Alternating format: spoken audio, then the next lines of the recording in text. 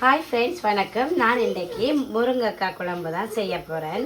இப்போ சட்டி சூடாகிட்டுது. நான் இப்போ தேங்காய் எண்ணெய் சேர்க்குறேன். தேங்காய் எண்ணெயில் செய்யும் பொழுது நல்ல டேஸ்ட்டாக இருக்கும்.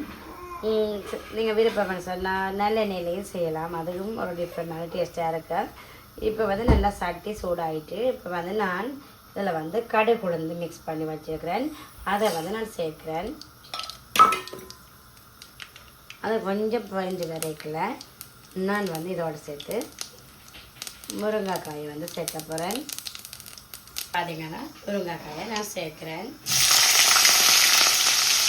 முருங்கைக்காய் கொஞ்சம் பொரிஞ்சு வரைக்கலாம் வெங்காயம் சேர்த்தோம்னா ஓகே. இப்போ எல்லா முருங்கைக்காயும் சேர்த்துட்டு பார்ப்போம். பார்த்திங்கன்னா தெரியும், இந்த பாருங்க முருங்கைக்காய் நல்ல வடிவாக வதங்கி கொண்டிருக்குது.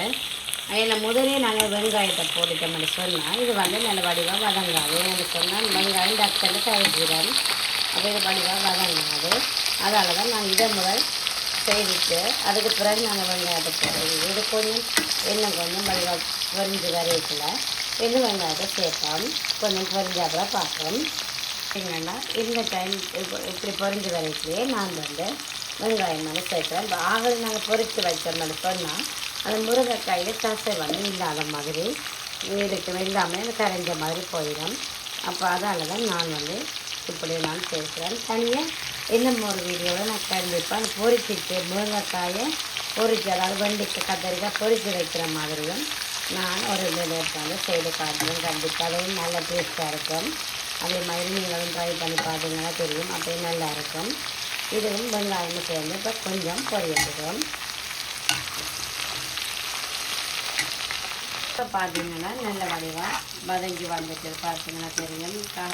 கரண்டி நீங்கள் செய்யறது நெல்லவாக செய்யணும். ஏன்னு சொன்னால் அது நல்ல சொஃப்டாக இருக்கிறது எல்லாமே இதாக போயிடும், அந்த ஸ்கின் எல்லாமே வெளியில் வந்துடும். இப்போ நான் பெருஞ்சீரகமும் வெந்தயமும் நான் எடுத்து வச்சுக்கிறேன். அது என்ன தெரியும், ஒவ்வொரு மேசக்கரண்டி, அதை ரெண்டும் ஒவ்வொரு மேசக்கரண்டி எடுத்து வச்சுக்கிறேன். அதையும் வெளியில் சேர்க்குறேன்.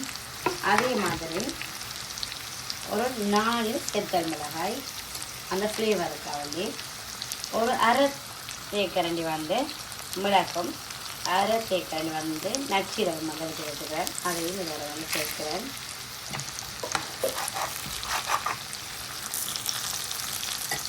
இப்போ பார்த்தீங்கன்னா நான் இதில் ஒரு கொஞ்சம் கராம்பும் நான் கரவாவும் ஏலக்காயும் எடுத்து வச்சுக்கிறேன்.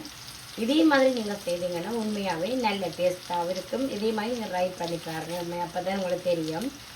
இதையும் நான் இதில் சேர்க்குறேன். இதையும் இதில் ஆட் பண்ணுறேன். இப்போ ஆல்ரெடி பார்த்தீங்கன்னா தெரியும், எல்லாம் அதில் நாங்கள் சேர்த்துட்டோம். கொஞ்சம் கோல்டன் கலரில் இப்படி வந்துச்சுன்னா தான் அது நல்ல டேஸ்ட்டாக இருக்கும் கறி. பார்த்தீங்கன்னா இந்த டைமில் நான் கருவேப்பிலையும் தக்காளியும் இதில் ஆட் பண்ணுறேன். ஒரு பெரிய தக்காளி எடுத்து வெட்டி வச்சுக்கிறேன். அந்த தக்காளியை இதில் ஆட் பண்ணுறேன். மெல்லமாக நாங்கள் அப்படி எடுத்தோம்னா ஓகே. இப்படி மெல்லமாக மிக்ஸ் பண்ணிட்டோம்.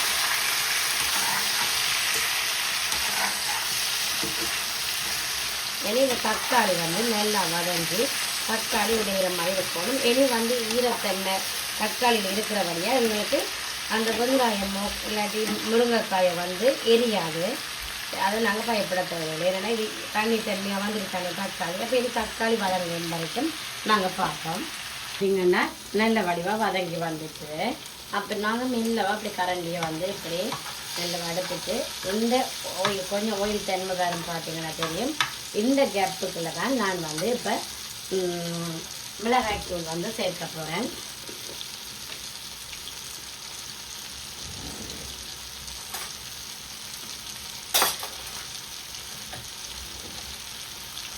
இது இப்போ 2 மேசக்கரண்டி சேர்க்கிறேன்.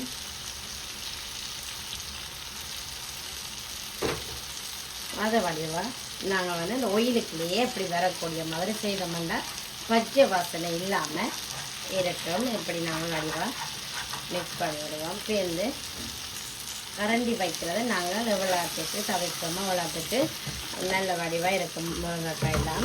இப்போ மெல்லவாக நாங்கள் இப்படி ஷேக் பண்ணி விட்டோம்னா ஓகே சட்டியை. அதே நேரம் வெளிய நெருப்பில் இருந்துச்சுன்னு சொன்னாலும் ஓகே. முருங்கைக்காய்க்கு நாங்கள் மெயினாக வந்து ஒன்றில் வந்து நாங்கள் இந்த ஜாக் ஃப்ரூட் சீட்ஸ் வந்து சேர்க்கணும். இல்லைன்னு சொன்னால் நாங்கள் வந்து இப்போ நீட்டாத்தான் இப்படி நான் போடுறேன். இது வந்து மண்கிழங்கு வந்து சேர்க்குறேன். அதையும் வந்து நாங்கள் வடிவாக லோங்காக நான் கட் பண்ணி வச்சுக்கிறேன். எனக்கு அது விருப்பம் பண்ணபடி அப்படி செய்கிறேன். மற்ற மாதிரி செய்கிறேன், இன்றைக்கி அப்படி செய்கிறேன். உங்களுக்கு விருப்பம் இருக்கிற நீங்கள் வந்து இன்னும் இதை கட் பண்ணிவிட்டு நீங்கள் சேர்க்கலாம். இப்போ இதோடையே நான் வந்து புளி வந்து கரைச்சி வச்சுக்கிறேன். புளியையும் வந்து இப்போ சேர்ப்போம். இதோட வந்து கரைச்சி வச்சுருக்கிற மில்கை வந்து நான் சேர்க்குறேன். நான் பவுடர் மில்க் தான் இன்றைக்கி சேர்க்குறேன். இப்போ பார்த்தீங்கன்னா நான் வந்து தண்ணிப்பால் எல்லாம் வந்து சேர்த்துட்டேன். இதோட சேர்த்து நான் வந்து கல்லுப்பு வந்து சேர்க்குறேன். ஓகே, அதையும் நாங்கள் நல்ல வடிவாக மிக்ஸ் பண்ணி இப்படி விட்டுட்டு மெல்லவா. இப்போ சில பேர் வந்து நினைக்கிறது ஐயோ கிழங்கு போட்டுட்டா அது வந்து கரைஞ்சிடும் எல்லாம் தூள் எல்லாம் கொதித்து வந்து அப்புறம் போடுவோம் வேண்டி. அப்படியெல்லாம் இல்லை. நாங்கள் கிழங்கை போட்டுட்டு அகப்பை வந்து வைக்காமல் கரண்டி வந்து நாங்கள் யூஸ் பண்ணாமல் அப்படியே நாங்கள் மூடி போட்டு இப்போ மூடி விடுவோம். 15 நிமிஷம் திறக்காமல் இருப்போம். அப்போ தான் முதலே நாங்கள் போட்டோம்னா தான் உப்பு பிடிக்கிற சுவையெல்லாம் அந்த உருளைக்கிழங்கில் வந்து சுவரி இருக்கும். அப்போ வந்து நல்லா டேஸ்ட்டாக இருக்கும். இப்போ 10-15 நிமிஷத்துக்கு பிறகு திறப்போம். ஓகே, அது வரைக்கும் இப்போ நல்லபடியாக கொதிச்சிட்டு இருக்கும். மெல்லிய நெருப்புலேயே நாங்கள் விடணும்.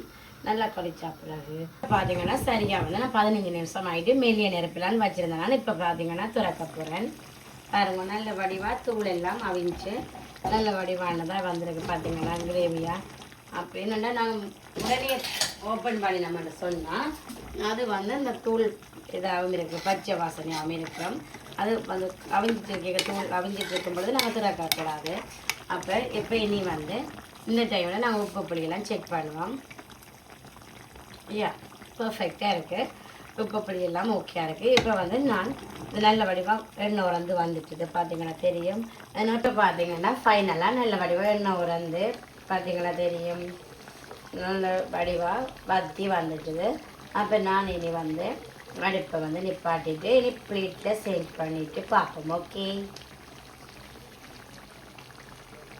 இப்போ பார்த்தீங்கன்னா ஃப்ரெண்ட்ஸ், நான் இந்த லஞ்ச் வந்து இது தான். இந்த பீட்ரூட்டும் வந்து டிஃப்ரெண்ட்டான ஒரு டைப்பில் தான் செய்திருக்கிறேன். அதில் ரெசிபி வேணுமென்னு சொன்னாலும் நீங்கள் கமெண்ட் பண்ணுங்க. நான் கண்டிப்பாக அடுத்த வீடியோவில் நான் வந்து செய்து காட்டுறேன். முருங்கைக்காயும் நான் செய்த மாதிரி நீங்கள் செய்து பாருங்கள். நார்மலாகவே எல்லாரும் அப்படி செய்வீங்க. பிகினர்ஸுக்கு அவளி தான் சொல்கிறேன். சில பேர் வந்து இதே மாதிரி ட்ரை பண்ணாமல் இருந்தாலும் நீங்கள் ட்ரை பண்ணி பாருங்க. மற்றது வந்து பருப்பும் வந்து செய்துட்டு தாளித்து வந்து செய்திருக்கிறேன். இதையும் மாதிரி நீங்களும் செய்து பாருங்கோ. அதனால தான் இந்த வீடியோ நான் அப்லோட் பண்ணுறேன். மற்றது இந்த வீடியோ வந்து நிறைய பேர் இந்த வீடியோ பார்க்குறதுக்காண்டி டைம் ஸ்பெண்ட் பண்ணி இருந்து பார்க்குறீங்க. எல்லாருக்குமே முதல் தேங்க்யூ ஸோ மச். அதே மாதிரி நிறைய பேர் வந்து ரீசெண்டாக வந்து எனக்கு சப்ஸ்கிரைப் பண்ணியிருக்கீங்க. சப்ஸ்கிரைப் பண்ணி எல்லோருக்குமே தேங்க்யூ ஸோ மச். அதே மாதிரி ப்ளீஸ் சப்ஸ்கிரைப் பண்ணுங்க, லைக் பண்ணுங்க. ஃப்ரெண்ட்ஸ் அண்ட் உங்களோட ரிலேட்டிவ் வந்து எல்லாருக்குமே ஷேர் பண்ணிக்கொள்ளுங்க.